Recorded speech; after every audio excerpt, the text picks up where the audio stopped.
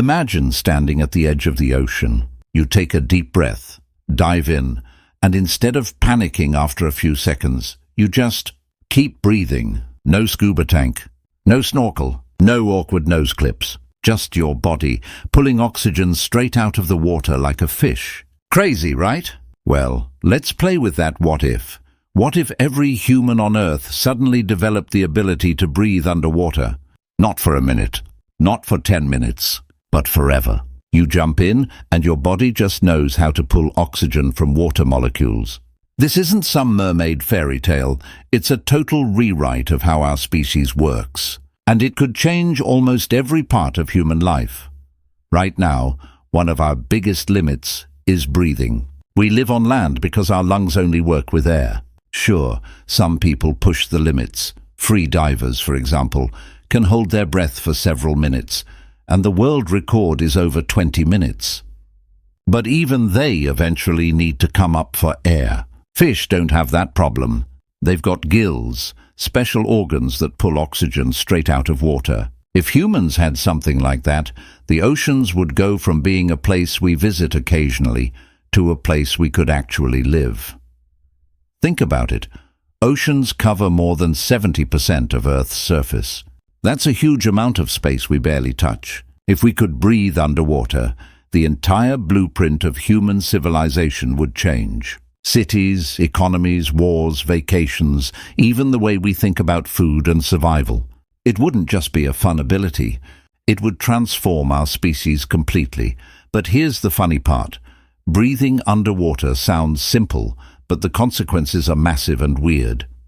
Suddenly, the deep sea would feel less like a scary alien world and more like a new frontier, just waiting for us. But before you start picturing yourself lounging on the seafloor like it's a second living room, remember, oceans are wild, dangerous, and full of challenges. From pressure that can crush submarines to predators that don't care about your fancy new gills, life underwater wouldn't be as easy as it sounds.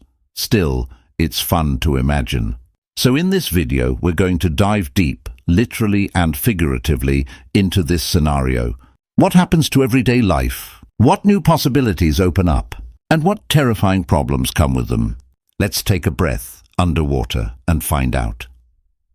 Before we dive into underwater cities and treasure hunting, let's figure out how this would even work. Why can fish breathe underwater while we can't? The answer comes down to plumbing, biological plumbing. Humans have lungs. Lungs are great at pulling oxygen from air because air is light and full of oxygen molecules. Every time we inhale, our lungs grab those molecules, pass them into our blood, and send them racing through our bodies. Easy. But water? Water is heavier, denser, and contains way less oxygen than air. It's like trying to sip a milkshake through a tiny straw. It's just not efficient. Our lungs simply aren't designed for that. If you try to inhale water, you drown because your lungs fill with liquid instead of air. Fish, on the other hand, use gills. Gills are these amazing filters that sit on the sides of their heads. When water passes over them, super-thin membranes grab oxygen straight out of the liquid and push it into the bloodstream. It's like a high-tech air filter, but designed for water. Fish don't have to surface for air because their gills are constantly pulling oxygen out of the environment around them. So, in this what-if world, humans would need something like gills built into our bodies, maybe along our necks, like some kind of cool sci-fi character, or even hidden inside our rib cages. Our entire anatomy would have to change. We'd need wide surfaces for oxygen transfer, special blood chemistry to work with low-oxygen water, and muscles strong enough to push huge amounts of liquid past the gills. Remember, water is 800 times denser than air. Breathing in water wouldn't feel like sipping a smoothie. It would feel like hauling a heavy door open every time you took a breath. There's another catch. Salt. Seawater isn't just H2O, it's full of salt and minerals. Fish have special ways to deal with this. If humans developed gills, we'd also need a built-in system to handle salty water without wrecking our bodies. Otherwise, every gulp of seawater would mess with our balance of fluids. Maybe our kidneys would double in power, or maybe we'd evolve some new organs entirely. It's not just biology either. Sound would change. The way we talk and hear would be totally different underwater. You wouldn't be chatting with your friend like normal. You'd probably hear everything as muffled, echoing booms.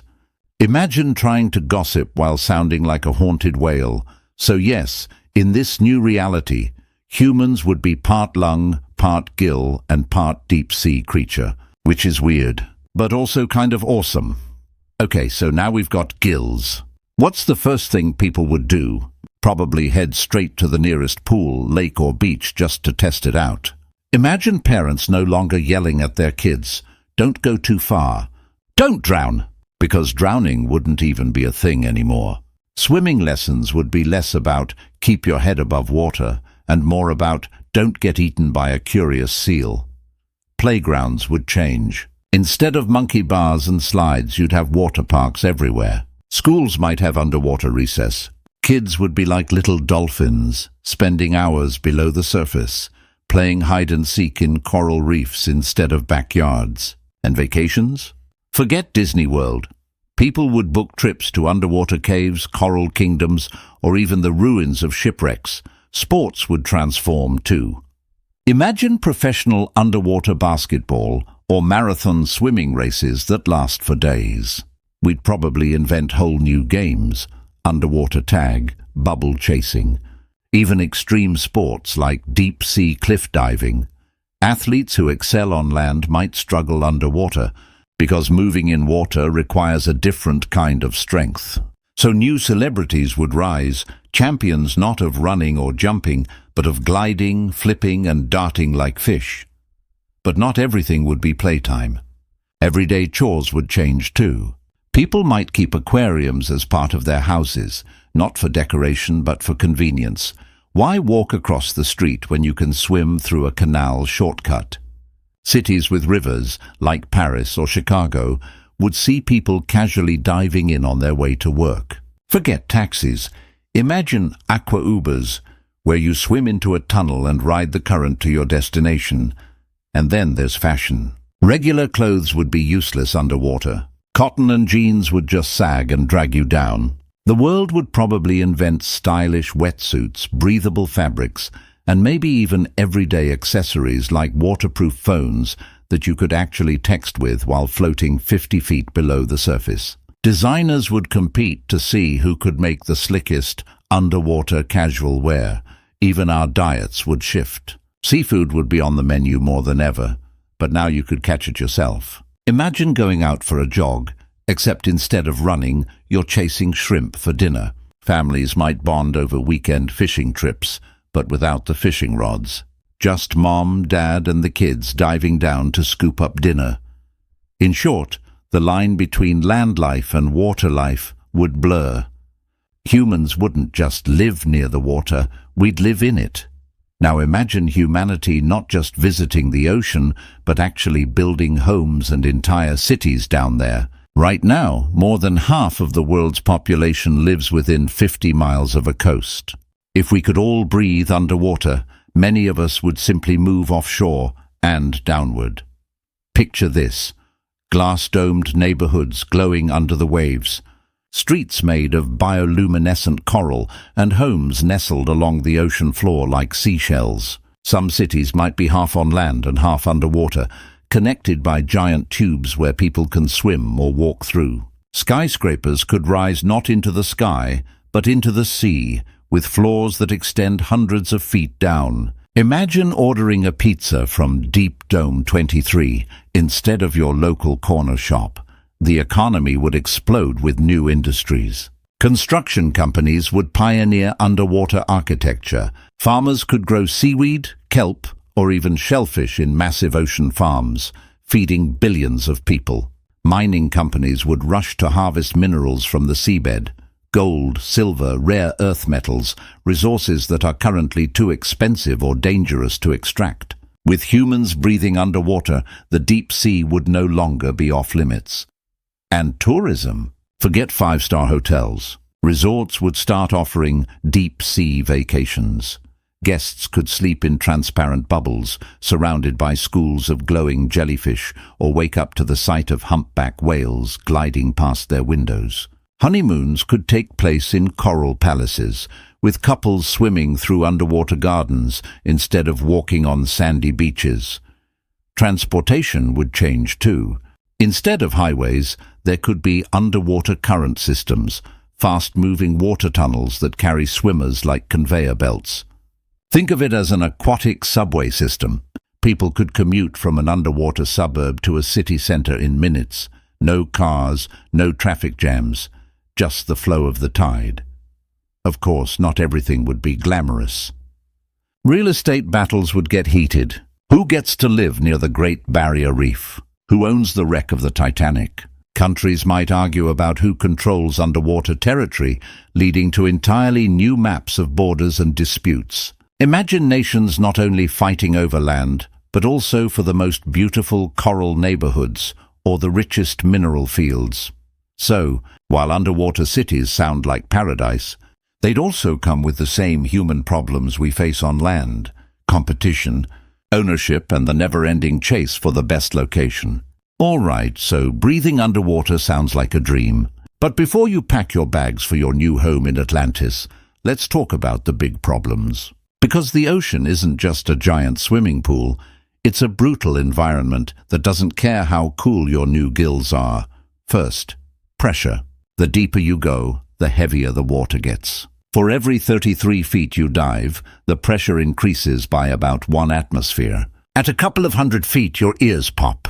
At a few thousand, even submarines get crushed like soda cans. Gills might let us breathe, but they wouldn't magically stop our bones and organs from collapsing under the weight. So while we could explore shallow seas with ease, the Mariana Trench would still be off limits unless our bodies evolved super-strong skeletons. Next, temperature. The deeper you swim, the colder it gets. After a few hundred meters, sunlight disappears completely, and the water becomes freezing dark. Hypothermia would strike fast. Fish can handle it because they've evolved for those conditions, but humans, we'd need wetsuits, heated clothing, or maybe even new layers of fat, like whales and seals, to survive for long. And then there's darkness. Forget cozy neighborhoods lit by street lamps. Once you're past the twilight zone, it's pitch black. Without artificial light, you'd be navigating by touch, sound, and maybe bioluminescent creatures glowing in the dark. Your dream of an ocean view apartment suddenly feels a lot creepier when the view is just endless black water. Now add predators. Sharks, giant squids, jellyfish, and stingrays already rule these waters. With humans suddenly joining the mix, encounters would skyrocket. Imagine commuting to work and getting bumped by a curious hammerhead, or worse, being stung by a jellyfish the size of a car. Emergency rooms would need a whole new wing just for marine accidents. And of course, the biggest challenge of all, pollution. Right now, oceans are full of plastic, oil, and chemicals. If humans could breathe underwater, we'd be inhaling all of it. Microplastics might clog our gills. Oil spills could poison entire underwater cities. And sewage. Well, let's just say you'd think twice before diving near certain coastlines. Breathing underwater wouldn't protect us from pollution. It would make it impossible to ignore. So, while life underwater sounds exciting, the truth is it would also be exhausting, dangerous, and sometimes downright terrifying. Our gills might save us from drowning, but they wouldn't save us from nature or ourselves. If humans could breathe underwater, it wouldn't just change daily life, it would shake up the entire world order. Let's start with climate change. Rising sea levels are a massive threat today. Cities like Miami, Jakarta, and Venice are already sinking. But in a world where everyone can breathe underwater, flooded cities wouldn't be abandoned, they'd just become the new beachfront property.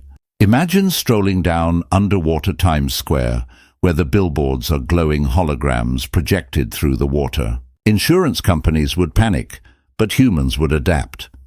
Next, military power. Navies would no longer dominate the seas.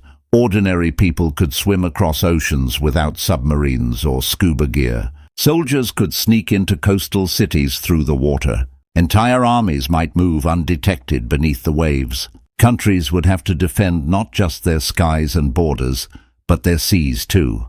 Wars could become three-dimensional battles, on land, in the air, and underwater. Imagine drone subs chasing squads of aqua soldiers. Terrifying, but possible. Now, travel. Forget airplanes for short distances. People could just dive into the ocean and ride the currents. Imagine a human highway from Japan to California, with swimmers gliding along powerful Pacific currents like moving sidewalks. Long-distance travel would still be tricky. You'd need food, warmth, and stamina, but oceans would become giant natural highways instead of barriers. Of course, this raises big political questions.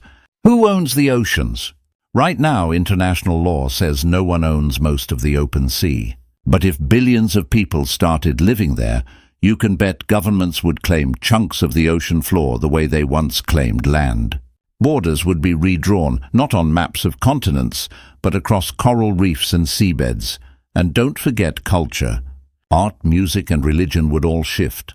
Imagine underwater concerts where sound waves ripple through schools of fish, or religious rituals where people gather in glowing caves beneath the waves. Folklore would evolve too. Mermaids wouldn't just be myths. They'd be your neighbors. Entire traditions might grow around the ocean, underwater festivals, coral light parades, even sea-based sports leagues broadcast globally. In short, breathing underwater wouldn't just add a new skill, it would rewrite human civilization. Our politics, economies, and cultures would be reshaped by the fact that the majority of Earth's space, the oceans, was finally open for us to live in. Up to this point, breathing underwater sounds like an incredible upgrade. No more drowning, new cities, endless exploration. But here's the twist. Sometimes solving one problem creates 10 new ones. And this one could backfire in ways we don't expect. First, overpopulation of the oceans. Right now, the seas are already struggling with pollution and overfishing. If billions of people suddenly flooded into the ocean, coral reefs would be destroyed within years. Fishing wouldn't just double, it would skyrocket, because now everyone could hunt seafood directly. Imagine entire neighborhoods chasing tuna like a Black Friday sale. Whole ecosystems would collapse fast. Then there's disease. Oceans are full of bacteria, parasites, and tiny creatures invisible to the naked eye. Fish can handle them because they've adapted over millions of years. But humans? Our immune systems aren't ready for constant exposure. Living underwater might mean constant infections, strange rashes, or even new superbugs spreading through coastal cities. Hospitals would be overwhelmed with aquatic illnesses we've never even seen before. Another huge shock would be privacy and safety. On land, walls, fences, and doors keep people out. Underwater, everything is fluid. Imagine you're sitting in your living room bubble house and a stranger just swims by your window to peek inside. Crime would change too. Forget car theft. Now you'd worry about someone swimming off with your oxygen-powered generator or sneaking into your dome while you sleep. But the biggest reveal: we might not stay human for long. If we really started living underwater, evolution would kick in. Over generations, our bodies would adapt. Stronger lungs, webbed fingers and toes, larger eyes for the dark, maybe even skin that glows like bioluminescent creatures. In a few thousand years, humans on land and humans underwater could become so different they'd barely recognize each other. Two species, sharing the same planet, but living in two different worlds. And then comes the ultimate question. If the oceans became home to billions, would land still be considered the main part of Earth? Or would we become a truly aquatic species, treating land as just one more habitat, like penguins splitting time between sea and shore? That's the shocking truth. Breathing underwater wouldn't just change where we live, it could split humanity itself into something entirely new. So, what have we learned from this wild what if? Breathing underwater sounds like a magical superpower, but it would completely reshape our lives in ways both exciting and terrifying. On the fun side, kids would never fear drowning again, vacations would head straight to coral palaces, and humanity could finally explore the 70% of Earth that has always been off limits. Entire cities might bloom under the sea, glowing like lanterns in the deep. But the ocean isn't a playground, it's a frontier. With pressure, cold, darkness and predators, life underwater would push us to our limits. Add in pollution, diseases and the danger of destroying fragile ecosystems, and suddenly those shiny new gills don't look like a free ticket to paradise. Humanity might thrive underwater, but it could also stumble badly if we weren't careful. And here's the deeper thought. Maybe the real lesson isn't whether humans can breathe underwater, but whether we'd be responsible enough to handle it. Because let's be honest, if we can't protect the oceans now, when we barely touch them, how would we protect them if billions of us lived there? Still, it's hard not to dream. Imagine two futures, one where underwater cities sparkle with clean energy, harmony, and sustainable living, or another where the oceans are stripped bare, polluted, and filled with floating human suburbs. Which future would we create? That choice, like so many others, would come down to us. And maybe that's the beauty of these what-if questions. They don't just spark fun ideas, they remind us of the world we already have. We may not have gills, but we do have the oceans.